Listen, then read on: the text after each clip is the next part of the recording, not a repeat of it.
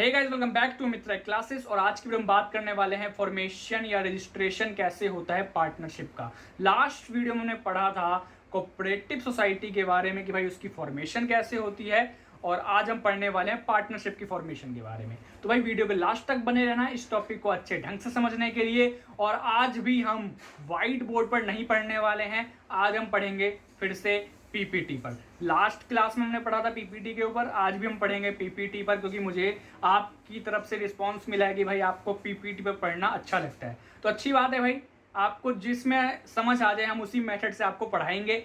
चलिए स्टार्ट करते हैं अपनी आज की वीडियो। नेक्स्ट स्क्रीन आपके सामने होगी पीपीटी की, लेट्स मूव।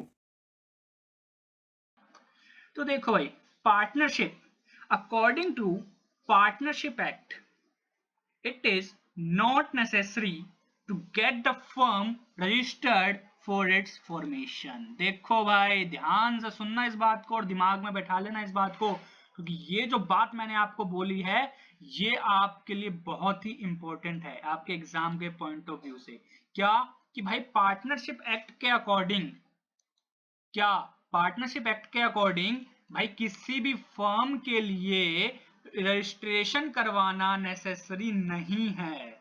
तो भैया ये मत सोचना कि भाई पार्टनरशिप एक्ट कहता है कि भैया रजिस्ट्रेशन करवा लो, नहीं तो आपकी पार्टनरशिप मान्य नहीं रहेगी। ऐसा कुछ नहीं कहता है आपको पार्टनरशिप एक्ट। अगले पॉइंट की तरफ बात करते हैं। But without registration there can be some difficulties. भाई पार्टनरशिप एक्ट आपको नहीं कहता है कि भाई रजिस्ट्रेशन करवाना पड़ेगा तभी तुम लीगल रहोगे, ऐसा कुछ नहीं है। आपको पार्टनरशिप कहता है भैया आपकी मर्जी है, करवाओ मत करवाओ, हमारा क्या जा रहा है ना। अब देखो, लेकिन अगर आप रजिस्ट्रेशन नहीं करवाते हो तो भाई आपको ही डिफिकल्टीज होने वाली है। पार्टनरशिप एक्ट वालों, जो इन्होंने पार्टनरशिप एक्ट जिन्होंने बनाया है उन्होंने साफ साफ कह दिया भैया आपको रजिस्ट्रेशन करवाना है तो करवाओ, नहीं करवाना मत करवाओ। लेकिन नहीं करवाओगे तो आपको ही दिक्कत होगी। अब क्या दिक्कत होगी वो देखो। So it is always useful to get your partnership form register. भाई अगर आपको डिफिकल्टीज होगी तो आपके लिए अच्छा नहीं होगा पार्टनरशिप फॉर्म के लिए, तो आप लोग क्या करोगे भाई, रजिस्ट्रेशन करवा लेते हैं यार, क्यों भाई फ्यूचर में हम दिक्कत का सामना करना पड़े, प्रॉब्लम का सामना करना पड़े, इससे अच्छा रजिस्ट्रेशन करवा ही लो।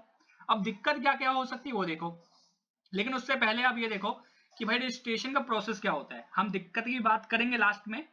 तो देखो, for the purpose of getting the firms registered all the state governments have appointed registrar of firms. अगर आपको जो है फॉर्म को रजिस्ट्रेशन करवाना है तो आपको रजिस्ट्रार के पास जाना पड़ेगा। यानी कि फॉर्म के रजिस्ट्रेशन के लिए, कि जो पार्टनरशिप फॉर्म है उसके रजिस्ट्रेशन के लिए स्टेट गवर्नमेंट्स ने क्या करा है, रजिस्ट्रार ऑफ फॉर्म्स को अपॉइंट करा है अपने अपने स्टेट के अंदर। ठीक है। दूसरा पॉइंट सुनो। फर्स्ट ऑफ ऑल, अब प्रोसीजर क्या है। पहला, एक आपको प्रेस्क्राइब फॉर्म जो फिल करना पड़ेगा। रजिस्ट्रेशन करवाना है तो पहले फॉर्म फिल करोगे, ठीक है, और उसको रजिस्ट्रार के पास, किसके पास जमा करोगे भाई, आप जमा करोगे उसको रजिस्ट्रार ऑफ फॉर्म, यानी कि जो रजिस्ट्रार है जिसके पास रजिस्ट्रेशन होती है उसके पास जाके आप जमा कर दोगे। ठीक है। अगला सुनो, अब अगला पॉइंट क्या कहता है, when the registrar after proper scrutiny is satisfied with that all the necessary information given in the application, the form, he entered this description in a register or which is called the register of forms. यानी कि देखो भाई, registrar जो forms को registration करवाने में help करता है, रजिस्ट्रेशन करने में हेल्प करता है, उस बंदे ने, उस रजिस्ट्रार ने अगर आपको देख लिया हाँ भाई सारी इंफॉर्मेशन इसने मेरे को जो दी है एकदम सही है, कुछ इसमें कोई गलती नहीं है, सारी डॉक्यूमेंट इसके सही हैं, ये एकदम लीगल पर्सन्स हैं, ये कर सकते हैं पार्टनरशिप, चला सकते हैं, इनके मतलब कोई लीगल है सब कुछ, ये सब कुछ लीगल है जो भी डॉक्यूमेंट वगैरह है, तो भाई ठीक है, इनकी एप्लीकेशन फॉर्म की डिटेल्स को मैं अपने रजिस्टर में लिख लेता हूं और इनकी फॉर्म को रजिस्टर कर देता हूं। ये हो गया थर्ड पॉइंट। अगला सुनो भाई, तो after this the firm is given a certificate which is called the certificate of registration। जब आपकी फर्म को रजिस्टर ऑफ फर्म्स, रजिस्ट्रार ने आपकी फर्म का रजिस्ट्रेशन कर दिया तो आपकी फर्म को एक सर्टिफिकेट मिलता है, इसी को क्या कहते हैं, सर्टिफिकेट ऑफ रजिस्ट्रेशन। अगला point, after getting this certificate the firm is known as a registered firm. जब आपको सर्टिफिकेट मिल गया तो भाई आपको भाई प्रूव हो गया, कहीं भी दिखा सकते हो भैया देखो मेरा फॉर्म द रजिस्टर है, मेरे को ये सर्टिफिकेट मिला हुआ है, देख सकते हो इसमें रजिस्ट्रेशन का पूरा डिटेल है। तो जब आपको सर्टिफिकेट मिल जाएगा तो आप भाई रजिस्टर हो चुकी है आपकी फॉर्म। अब बात करते हैं कि आप जो एप्लीकेशन फॉर्म दोगे उसमें लिख के क्या दोगे। ध्यान से सुनना, आप जब भी एप्लीकेशन फॉर्म दोगे पार्टनरशिप के रजिस्ट्रेशन के लिए, फॉर्मेशन के लिए, तो उस फॉर्म में क्या लिखा रहेगा, क्या डिटेल्स मांगी जाएंगी। पहला है आपकी फॉर्म का नाम क्या है। आप भाई फॉर्म है तो भाई नाम होना चाहिए ना कुछ, आप भी दुनिया में आए हो भाई, इस दुनिया में आपका भी बर्थ हुआ तो आपका कुछ नाम है कि नहीं है। तो भाई फॉर्म भी इस दुनिया में एंटर करने वाला है तो उसका कुछ नाम होना चाहिए, तो नाम लिख के देना पड़ेगा आपको। भाई आपकी फॉर्म का हेड ऑफिस कहाँ होने वाला है, दिल्ली, पंजाब, अमृतसर, अपना चेन्नई, मुंबई, बेंगलोर, कोलकाता, कर्नाटक, कहाँ होने वाला है हेड ऑफिस आपका, ये सब बताओगे उसके अंदर। Names of other places where the firm has business, उन सभी जगहों के नाम बताओगे जहां जहां पर आपकी बिजनेस, आपकी मतलब आपका जो फर्म है उसका कोई बिजनेस है, यानी कि आप जो है मान लो दिल्ली में रजिस्ट्रेशन करवा रहे हो और आपका कहीं और कर्नाटक में भी बिजनेस चल रहा है उसी फर्म का, तो भाई वो भी डिटेल आपको देना पड़ेगा। भाई मेरा बिजनेस जो है यहाँ भी चल रहा है वहां भी चल रहा है, वो डिटेल आपको देना होगा। Full names and address of the partner, अब जो जो बंदे आपके फॉर्म में पार्टनर हैं उन सभी का नाम और एड्रेस ये आपको लिख के देना होगा एप्लीकेशन फॉर्म में। Date of entry of partners in the form, आप कि फॉर्म में जो पार्टनर्स आए हैं वो कब आए हैं, किस डेट को आ गए भाई आपकी फॉर्म के अंदर, क्या वो 10 अगस्त को आए, क्या वो 20 अगस्त को आए, क्या वो 10 सितंबर को आए, क्या वो 15 सितंबर को आए, कौन सी डेट है भाई वो डेट लिखोगे। अगला point, period of the form, आपकी फॉर्म देखो कुछ पार्टनरशिप फॉर्म ऐसी होती हैं जो एक लिमिटेड टाइम के लिए ही खुलती हैं, यानी कि कुछ ऐसे होते हैं कंडीशन जो खाली एक लिमिटेड टाइम पीरियड के लिए ही पार्टनरशिप वाली कंडीशन होती है उसमें, कि भाई 6 महीने, 10 महीने, 1 साल, 2 साल, इतने टाइम के लिए पार्टनरशिप रहने वाली है, तो वो आपको मेंशन करना होगा। अगर कोई होगी तो, नहीं है कोई तो इस पॉइंट की कोई जरूरत नहीं है, ये खाली उन केस में है जो पार्टनरशिप फॉर्म खाली कुछ टाइम के लिए ही होती हैं, जैसे 6 महीने, 10 महीने, इस सब के लिए। सिग्नेचर ऑफ एवरी पार्टनर और इज रिप्रेजेंटेटिव, अब जो जो बंदे आपके फॉर्म में पार्टनर बने हैं उन सभी का आपको साइन करवाना होगा इस एप्लीकेशन फॉर्म पे, या उनके रिप्रेजेंटेटिव का साइन करवाना होगा, या तो पार्टनर का करवा लो या उन पार्टनर के रिप्रेजेंटेटिव का साइन करवा लो। अगला पॉइंट, अब रजिस्ट्रेशन हो गया, रजिस्ट्रेशन करवाने के बाद आपको याद आया अरे नहीं नहीं नहीं भाई ये चीज हमने गलत लिखवा दी, अरे नहीं ऐसा नहीं करना चाहिए था, अरे अरे ये फॉर्म का जो ये हमारा पार्टनर है तो चला गया भाई, अब हमारा रजिस्ट्रेशन हो चुका है, क्या करें हम यहाँ पे। तो देखो भाई, after the form has been registered, information about the following changes as required by the Indian Partnership Act should be conveyed to registrar within 14 days। जब ही भी फॉर्म रजिस्टर हो गई आपको कोई चेंज करवाना है तो चेंजेस करवाने के लिए आपको रजिस्ट्रार को 14 दिन के अंदर अंदर बताना होगा। मतलब फॉर्म में आपकी कुछ चेंज आ गया, आपकी पार्टनरशिप फॉर्म है उसके अंदर कुछ चेंजेस आ गए हैं, उस चेंजेस को आपको भाई रजिस्ट्रार के पास जाके ठीक करवाना होगा 14 दिन के अंदर अंदर, यानी कि 14 डेज के अंदर अंदर, 2 हफ्ते के अंदर अंदर आपको जो है वहां पे जाके ऑल्टरेशन करवाना होगा रजिस्ट्रार के पास।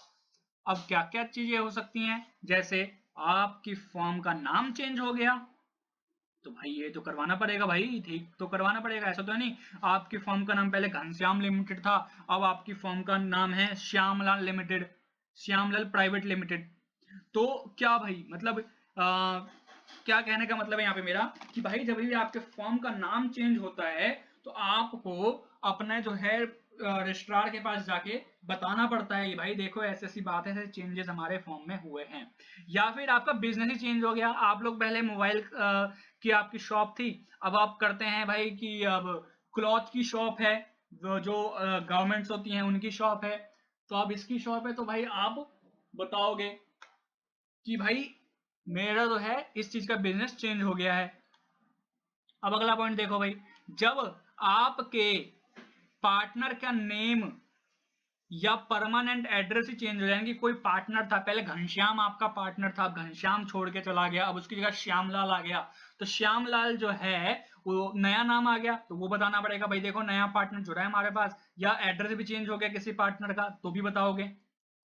जब बिजनेस जो है बंद हो रहा हो कुछ जगहों पे, जैसे दिल्ली में आपका बिजनेस है, आपका बिजनेस कर्नाटक में भी है, आपका बिजनेस मुंबई में भी है, आपका मान लो बिजनेस मुंबई वाला बंद हो गया, या फिर वो मुंबई वाला बिजनेस आपने बंद करके कोलकाता में आपने स्टार्ट कर लिया नया बिजनेस, उसी को वहां ट्रांसफर कर दिया, मतलब एक तरह से वही समझ लो कि आपने ट्रांसफर कर दिया। तो आप ये चीज भी बताओगे भाई रजिस्ट्रार को जाके, भैया देखो मेरा मुंबई वाला बिजनेस बंद हो गया है तो उसको हटा दो वहां से, और मैंने वो बिजनेस जो है वहां कोलकाता में खोल लिया है, वही वाला बिजनेस। तो आप बताओगे वहां पे रजिस्ट्रार को जाके 14 डेज के अंदर अंदर। When a new partner has joined a firm or some partner has died or some partner has died from the firm, जब कोई नया बंदा आता है फर्म के अंदर, आपको उसके बारे में जानकारी देनी पड़ेगी रजिस्ट्रार को, या कोई पार्टनर जो है आपका डाई कर मतलब डेथ हो गई है उसकी, या कोई रिटायर हो गया तो भी आप बताओगे। जो इंफॉर्मेशन है माइनर पार्टनर के बारे में कि भाई जब वो एडल्ट बन जाएगा और उसका जो एडमिट करा जाएगा उसको फर्म में या नहीं। देखो कुछ पार्टनरशिप फॉर्म में क्या होता है कि वो लोग जो है माइनर को भी एज अ पार्टनर बना लेते हैं, मतलब कि उसको जो है पार्टनर बना लेते हैं अपनी फर्म के अंदर। और जब वो माइनर एडल्ट बन जाएगा तो उसको आप पार्टनर बनाना चाहोगे अपने फर्म के अंदर कि नहीं बनाना चाहोगे, मतलब अभी तो वो माइनर है तो माइनर ग्रुप में आपने उसको बनाया हुआ है, लेकिन जब एडल्ट बन जाएगा क्या आप उसको तब भी पार्टनर बनाए रखना चाहोगे कि नहीं बनाए रखना चाहोगे। अगर आप उसको मना कर रहे हो भाई नहीं भाई माइनर तू हमारे जो है पार्टनरशिप में पार्टनर अब मत रहे, ज्यादा मत रहे, अब तो एडल्ट हो चुका है, अब तो अपना कहीं और देख ले, आपने ऐसा बोल दिया तो आपको ये बताना पड़ेगा रजिस्ट्रार को कि भैया देखो हमारे फॉर्म में से वो माइनर पार्टनर को हमने हटा दिया है, ठीक है। या फिर माइनर पार्टनर जो है आपके फॉर्म में आ रहा है तो वो तो बताओगे ही बताओगे रजिस्ट्रार को, भाई देखो माइनर हमारे फॉर्म में आया है, हमने उसको पार्टनर बना लिया है, ठीक है। अगला पॉइंट सुनो। अब बात करते हैं, मैंने आपको शुरुआत बोला था कि अगर आप रजिस्ट्रेशन करवाते हो तो ठीक है, नहीं करवाते हो तो भाई आपको ही दिक्कत होने वाली है। पार्टनरशिप एक्ट कहता है आप रजिस्ट्रेशन करवाओ चाहे मत करवाओ, हमें आपसे कोई लेना देना नहीं है। रजिस्ट्रेशन करवाओगे तो आपका ही फायदा है, नहीं करवाओगे तो आपका ही नुकसान है। अब वो नुकसान क्या क्या है वो ध्यान से सुनना भाई। पहला नुकसान, if the partnership firm is not registered it has to remain deprived of the following advantage. अगर पार्टनरशिप फर्म रजिस्टर्ड नहीं होगी तो उसको ये सारे फायदे नहीं मिलेंगे। जैसे कौन कौन से फायदे, अगर मान लो आप सब पार्टनर, मान लो श्यामलाल, रामलाल, घनश्याम लाल, चमन लाल, ये सब जो है पार्टनर है आपस में, ठीक है। अब इनमें से किसी ने फ्रॉड कर दिया, किसी ने बोला भाई देख हमने काम करते हैं हम तीनों मिलकर ना चार बंदे थे, चार में तीन बोला भाई हम तीन बंदे मिलकर ना प्रॉफिट बांट लेते हैं। उस चमन लाल को बोल देंगे भाई देख कोई प्रॉफिट नहीं हुआ, फॉर्म को लॉस हो रहा है, ऐसा बोल दिया। लेकिन उसको कहीं और से कानों कान खबर मिल गई भाई नहीं फॉर्म को प्रॉफिट हुआ है यार, मैंने देखा है भाई, मेरे को तो मैनेजर ने बताया है भाई प्रॉफिट तो हुआ है इस साल, अच्छा खासा पैसा आया फॉर्म के पास। तो भाई अब फॉर्म अगर रजिस्टर होगी तो वो चमन लाल जो है बाकी तीनों पार्टनर पर केस कर सकता है, लेकिन फॉर्म अगर रजिस्टर ही नहीं है तो वो चमन लाल फिर बाकी तीनों पर केस नहीं कर सकता है, फिर बाकी वो झेलना पड़ेगा उसको अपना नुकसान। समझ आई बात भाई, अगर फॉर्म रजिस्टर होगी तो ही आप अपने बाकी पार्टनर पर लीगल एक्शन ले सकते हो, अगर फॉर्म रजिस्टर नहीं है तो लीगल एक्शन लेने का कोई मतलब ही नहीं है। No partner can initiate proceeding against the firm. ऐसा ही सेम टू सेम अगर फर्म रजिस्टर नहीं है तो कोई भी पार्टनर फर्म के अगेंस्ट कोई भी लीगल प्रोसीडिंग नहीं कर सकता है, फर्म के नेम पर केस नहीं कर सकता है। फॉर्म टू, फॉर्म भी अगर रजिस्टर नहीं है तो वो भी किसी पार्टनर के ऊपर केस नहीं कर सकती है, यानी कि वो वही देखो केस कि अगर चमन लाल है, चमन लाल को पार्टनर पे केस करना, वो पार्टनर पे करेगा केस, ठीक है। अब क्योंकि यहाँ पे पूरे फॉर्म की बात हो रही थी भाई वो पूरे फॉर्म पे केस करेगा, अगर किसी एक पार्टनर ने उससे धोखा करा होता तो उस पार्टनर पे करता, लेकिन यहाँ पे चारों पार्टनर थे वहां पे, तो चार में से एक के साथ धोखा हुआ, बाकी तीन बचे, तो ये पूरी फॉर्म के ऊपर केस करा जाएगा, वो पार्टनर जो है पूरी फॉर्म पे केस करेगा। अगर वो रजिस्टर होगा फॉर्म, तब नहीं है रजिस्टर तो केस नहीं कर सकता वो। ऐसा ही फॉर्म भी उस चमन लाल पे, अगर मतलब चमन लाल ने कोई धोखाधड़ी कर दी तो फॉर्म भी चमन लाल पर केस नहीं कर सकती है जब तक फॉर्म को मतलब कि कहने का मतलब है कि अगर फॉर्म रजिस्टर्ड नहीं है तो चमन लाल पे वो भी केस नहीं कर सकती है, ठीक है। सेम टू सेम है, यानी कि अगर रजिस्टर नहीं है फॉर्म तो कुछ नहीं हो सकता भाई, कोई लीगल प्रोसीडिंग नहीं ले सकते हैं, चाहे फॉर्म लीगल प्रोसीडिंग की बात करे चाहे पार्टनर लीगल प्रोसीडिंग की बात करें। अगर फॉर्म रजिस्टर नहीं है तो लीगल प्रोसीडिंग का मतलब ही नहीं है, आपको उसकी तरफ आंख उठा के भी नहीं देखना है लीगल प्रोसीडिंग की तरफ, अगर फॉर्म आपके रजिस्टर्ड नहीं है तो। Form can not proceed against other party, ऐसे ही सेम टू सेम फॉर्म की किसी और पार्टी से लड़ाई हुई भाई, किसी और पार्टी ने बोल दिया भाई मैं नहीं दे रहा पेमेंट, जा क्या कर लेगा भाई मैं नहीं दे रहा पेमेंट, तो आप फिर भी केस नहीं कर सकते दूसरी पार्टी पे। क्यों भाई? क्यों? क्योंकि भाई आपकी फर्म रजिस्टर्ड ही नहीं है। रजिस्टर होगी तो ही आप लीगल एक्शन ले सकते हो किसी भी पार्टी के खिलाफ, किसी पार्टी के द्वारा किए गए फ्रॉड के अगेंस्ट। लेकिन हाँ, अब ध्यान रखना, आपको सबसे बड़ा नुकसान, आप किसी और पार्टी पे केस नहीं कर सकते हो क्योंकि आपकी फर्म रजिस्टर्ड नहीं है, लेकिन वो सामने वाली पार्टी आप पर केस कर सकती है। अगर आपने कोई धोखाधड़ी करी है तो वो सामने वाली पार्टी आप पर केस कर सकती है, भाई इसने धोखाधड़ी करी है, क्योंकि उसके पास राइट है, आपके पास राइट नहीं है भाई, आपने रजिस्ट्रेशन नहीं करवाया है, तो आप केस भी नहीं कर सकते हो। आपने कानूनी रूप से अपने फर्म को मान्यता नहीं दी है तो आप कानूनी हेल्प भी नहीं ले सकते हो, ये ध्यान रखना। इसलिए बोला गया है कि रजिस्ट्रेशन ना करवाने से बहुत सी डिफिकल्टीज होती, ये डिफिकल्टीज आपके सामने थी। अब बात करते हैं रजिस्ट्रेशन करवाने से बेनिफिट क्या होता है। अभी तक हमने पढ़ा है रजिस्ट्रेशन करवाने से नुकसान था, अब बेनिफिट क्या है। रजिस्ट्रेशन करवाने के बेनिफिट, पहला, फॉर्म को बेनिफिट, फॉर्म को राइट मिलता है कि भाई वो केस कर सकता है किसी भी एक्सटर्नल पार्टी के अगेंस्ट। अभी मैंने बोला ना आपको, रजिस्ट्रेशन नहीं करवाओगे तो भाई किसी थर्ड पार्टी पे आप केस नहीं कर सकते क्योंकि आपकी फॉर्म रजिस्टर्ड नहीं है, लेकिन रजिस्ट्रेशन करवा लोगे तो आप केस आराम से कर सकते हो अगर सामने वाली पार्टी ने कोई धोखाधड़ी करी है तो। ठीक है, पार्टनर को क्या बेनिफिट है भाई इससे, तो देखो भाई, पार्टनर को बेनिफिट यह है कि पार्टनर जो हैं केस कर सकते हैं एक दूसरे के ऊपर, किसमें, ताकि वो अपने कोर्ट से प्रोटेक्शन ले सके, अपने राइट्स के प्रोटेक्ट कर सके फर्म के अगेंस्ट और आउटसाइड पार्टनर्स के, आउटसाइड पार्टीज के अगेंस्ट। कहने का मतलब क्या है कि आपके फर्म को आपने रजिस्ट्रेशन करवा लिया तो आपके पार्टनर के पास राइट है कि वो एक दूसरे पर केस कर सकते हैं अगर उनको लगता है कि उनके बाकी पार्टनर उनके साथ धोखाधड़ी कर रहे हैं, तो वो एक दूसरे पर केस भी कर सकते हैं क्योंकि अब आपकी फर्म रजिस्टर है। समझे, ये बेनिफिट है। अगला सुनो, benefit to incoming partner. Incoming, अभी आपने सुना होगा incoming outgoing, incoming free, outgoing free वगैरह वगैरह, तो अब ये इनकमिंग वो वाला इनकमिंग नहीं है। इनकमिंग का मतलब है कि वो फॉर्म के अंदर आने वाला पार्टनर, उसके पास जो होता है कि वो अपनी राइट के लिए प्लीड कर सकता है, केस कर सकता है फर्म के ऊपर कि भाई पार्टनर ने मेरे साथ धोखाधड़ी करी है, या पार्टनर जो फर्म है ये इलीगल है, या फर्म जो है मेरे को जो है मेरा शेयर नहीं दे रही है, वो फर्म पे केस कर सकता है अगर फर्म रजिस्टर होगी तो। लेकिन अगर फर्म रजिस्टर नहीं है तो भाई उसको पार्टनर के ऑनेस्टी के ऊपर डिपेंड होना पड़ेगा। पार्टनर चाहेंगे तो ही उसको प्रॉफिट मिलेगा, नहीं चाहेंगे तो नहीं मिलेगा। अगर नहीं चाहेंगे तो भाई तो फिर उसका नुकसान है क्योंकि फॉर्म तो रजिस्टर भी नहीं है, भैया फॉर्म रजिस्टर्ड ही नहीं है तो उसका नुकसान होना ही होना है।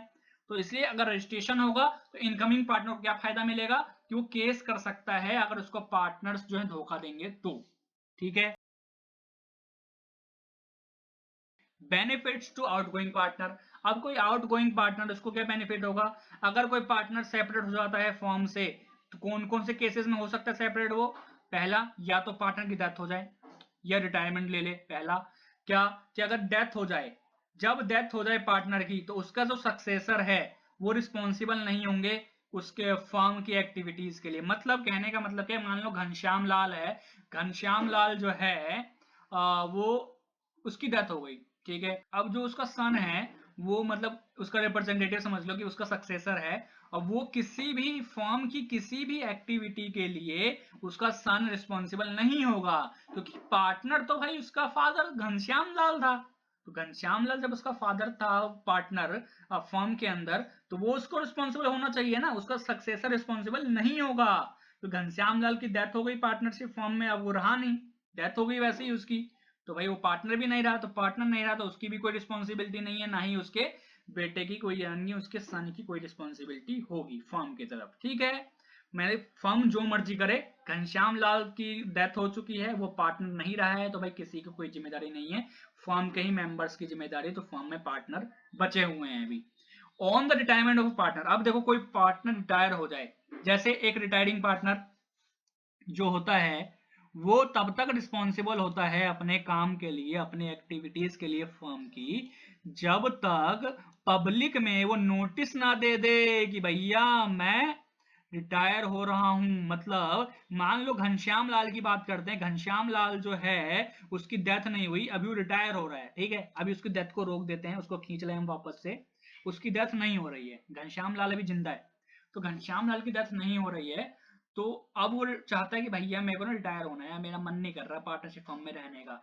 तो उसको पब्लिक में नोटिस देना पड़ेगा, भैया मैं जो हूं ना रिटायर हो रहा हूं पार्टनरशिप फर्म से, तो तभी वो माना जाएगा। मतलब अगर उसने पब्लिक में नोटिस दे दी भाई मैं रिटायर हो रहा हूं पार्टनरशिप फर्म से, तो लोगों को पता लग गया ये रिटायर हो रहा है, तो फर्म जो मर्जी करे, फर्म जो मर्जी एक्टिविटी करे, इसमें घनश्याम लाल की कोई रिस्पॉन्सिबिलिटी नहीं रहेगी, क्योंकि पूरी दुनिया को पता लग चुका है कि घनश्याम लाल अब उस पार्टनरशिप फर्म के अंदर पार्टनर नहीं है। लेकिन ध्यान से सुनना, ये तो पब्लिक को पता लग गया कि भाई घनश्याम लाल से उनकी कोई वसूली नहीं करनी किसी भी चीज को लेकर, लेकिन वो जो रिटायरिंग पार्टनर है, यानी कि घनश्याम लाल जो है रिटायरिंग पार्टनर है हमारा, वो रजिस्टर्ड फर्म है उसकी अगर, तो उसके उससे अगर रिटायर हो रहा है तो उसको तब तक उस रिस्पॉन्सिबिलिटी से छुटकारा नहीं मिलेगा जब तक वो रजिस्ट्रार को जाके ना बता दे।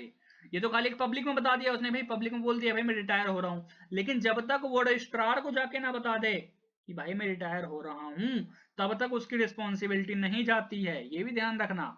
मतलब पब्लिक में नोटिस दे दिया उसने, ठीक है, तो भाई एक तो ये हो गया भाई पब्लिक को पता लग गया, लेकिन दूसरा ये भी है कि उसकी जो रिस्पॉन्सिबिलिटी, फॉर्म रजिस्टर है अगर, तो फॉर्म रजिस्टर है तो उसको रजिस्ट्रार को जाके भी बताना पड़ेगा, रजिस्ट्रार को बोलना पड़ेगा कि मैं जो हूँ रिटायर हो रहा हूँ इस फॉर्म से, तो मेरी अब आज के बाद कोई रिस्पॉन्सिबिलिटी नहीं रहेगी इस फॉर्म के अंदर, तो इसलिए मेरा जो है यहाँ से मेरी रिस्पॉन्सिबिलिटी से मुझे आजाद कर दिया जाए।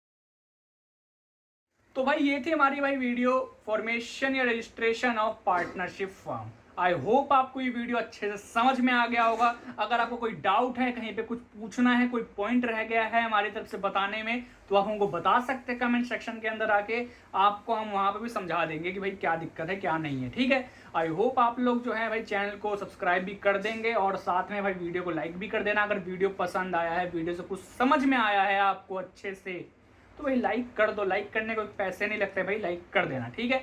आई होप आप लोग सब्सक्राइब कर देंगे, लाइक कर देंगे, शेयर कर देंगे, कमेंट करके बता देंगे, और साथ में भाई सब्सक्राइब करने के बाद बेल आइकॉन यानी कि नोटिफिकेशन आइकॉन को जरूर प्रेस कर दे, ताकि आपको फ्यूचर में आने वाली सभी वीडियोस की नोटिफिकेशन सबसे पहले देखने को मिल सके।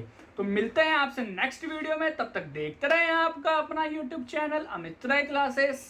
धन्यवाद, कैच यू सून।